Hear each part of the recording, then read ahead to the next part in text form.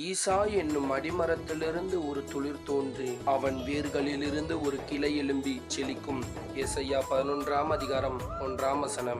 ஞானத்தையும் உணர்வையும் அருளும் ஆவியும், ஆலோசனையையும் பலனையும் அருளும் ஆவியும், அறிவையும் கர்த்தருக்கு பயப்படுகிற பயத்தையும் அருளும் ஆவியும் ஆகிய கர்த்தருடைய ஆவியானவர் அவர் மேல் தங்கியிருப்பார். ஏசாயா 11:2. கர்த்தருக்கு பயப்படுதல் அவருக்கு உகந்த வாசனையாய் இருக்கும்.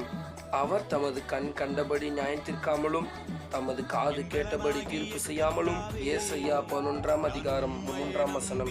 நீதியின்படி ஏழைகளை நியாயம் விசாரித்து யதார்த்தத்தின்படி பூமியில் உள்ள சிறுமியானவர்களுக்கு தீர்ப்பு செய்து பூமியை தமது வாக்கின் கோலால் அடித்து தமது வாயின் சுவாசத்தால் துன்மார்க்கனை சங்கரிப்பார்.